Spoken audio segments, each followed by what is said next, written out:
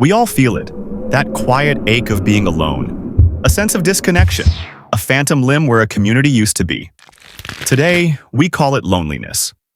We talk about it, write about it, and worry about it as if it's a modern plague. But what if the emotion we call loneliness didn't always exist in the same way? What if its meaning, its sting, and its very existence have been shaped by the world around us? This is the story of loneliness, from an ancient punishment to a modern epidemic.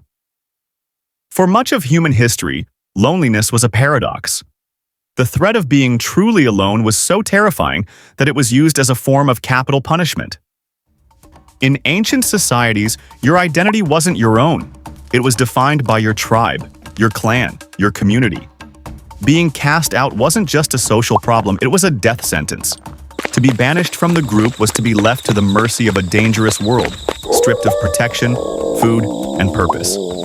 The emotion we now describe as loneliness, a gnawing feeling from within, was less a personal struggle and more a practical one.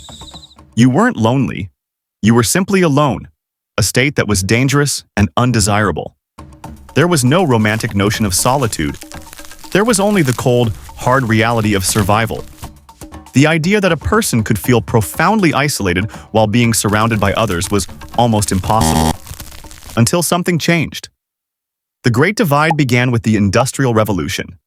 Millions of people left their tight-knit rural communities and moved to burgeoning cities seeking work.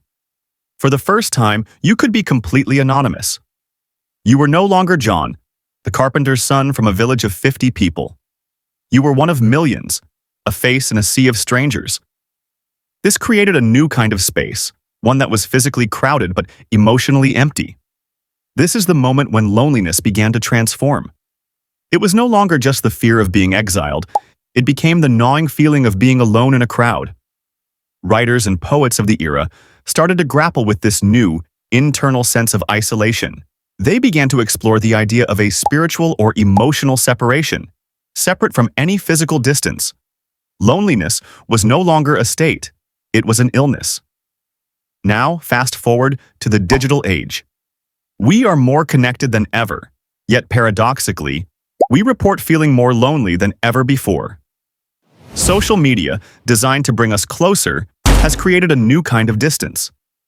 We are constantly seeing the curated highlights of other people's lives, creating a silent, powerful feeling of missing out. This is where loneliness became an epidemic. We no longer need to be physically alone to feel it. It is the feeling of being left out of the digital conversation, of having 500 friends but no one to call.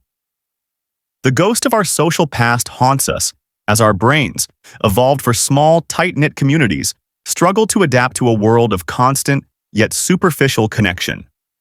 Loneliness today is not a lack of people, it's a lack of genuine connection. Its history shows us that it is not a flaw in us, but a symptom of the changing world around us. So the next time you feel that ache, remember that it is a feeling as old as humanity itself, shaped by time, and is a powerful reminder of our fundamental need for one another.